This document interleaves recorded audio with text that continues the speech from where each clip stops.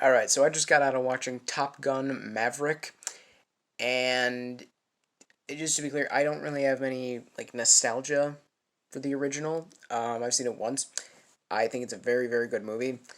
The sequel, on the other end, I think is a great movie.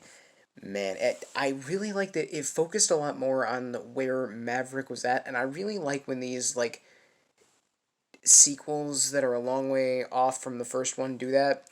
Like they focus on a character that's aging, and this one I think did it very, very well. Tom Cruise is still at the top of his game. Like, man alive. Like the guy's like pushing 60 years old and he's still going just as strong as he was in 1986. Man. I think the movie does a lot of justice to the original with homages to certain characters, Miles Teller, who was great in the film. His character of Rooster is a very clear homage to Goose, as he's Goose's son in the movie. The character of Hangman, played by Glenn Powell, I think was supposed to be an homage to Iceman. Speaking of Iceman, they do some stuff with Iceman, and man, I love the stuff that they do with Iceman in this movie. On top of that, it's the action in the film and like the flying sequences are so unbelievably cool.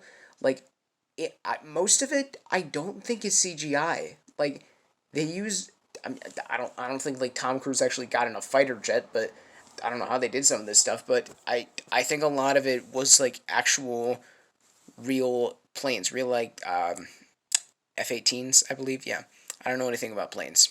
Anyway, um, the story is a bit more clear here, as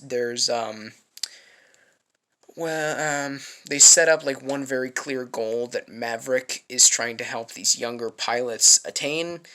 Um, so it's a very satisfying moments of payoff as you get into the end and the climax. I don't want to say anything about that, but there's some very, very cool sequences in there.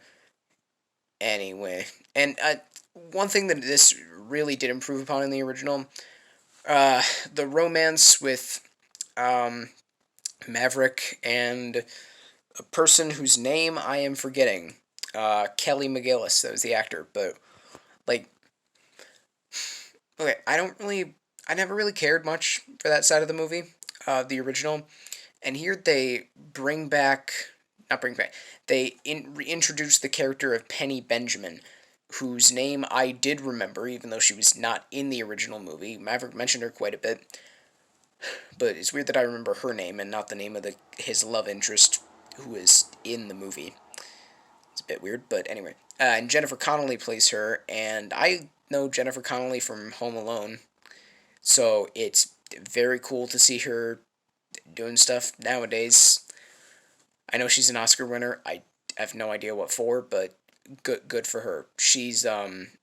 They just have better chemistry. I enjoyed them as a pair, and like it's a movie with a really great cast, a phenomenal like action cinematography, sound. If this movie it should get nominated for best sound at the Oscars, assuming the Oscars don't just devolve into buffoonery as they are very close to doing. But anyway, I thought this movie was excellent. I think it improved on a couple things from the original that just make it just a bit better. I mean, the original is very good, but I don't know, I just liked this one a little bit more. But yeah, those are my thoughts on Top Gun Maverick. I would give it I'd probably give it an A. Like it's a really, really solid movie. It's definitely in my top 3, probably top 2 of the year so far. Um yeah, I really enjoyed it. So what y'all think? Comment it in the comment place where one would comment things. Thanks for watching, and keep calm and watch on.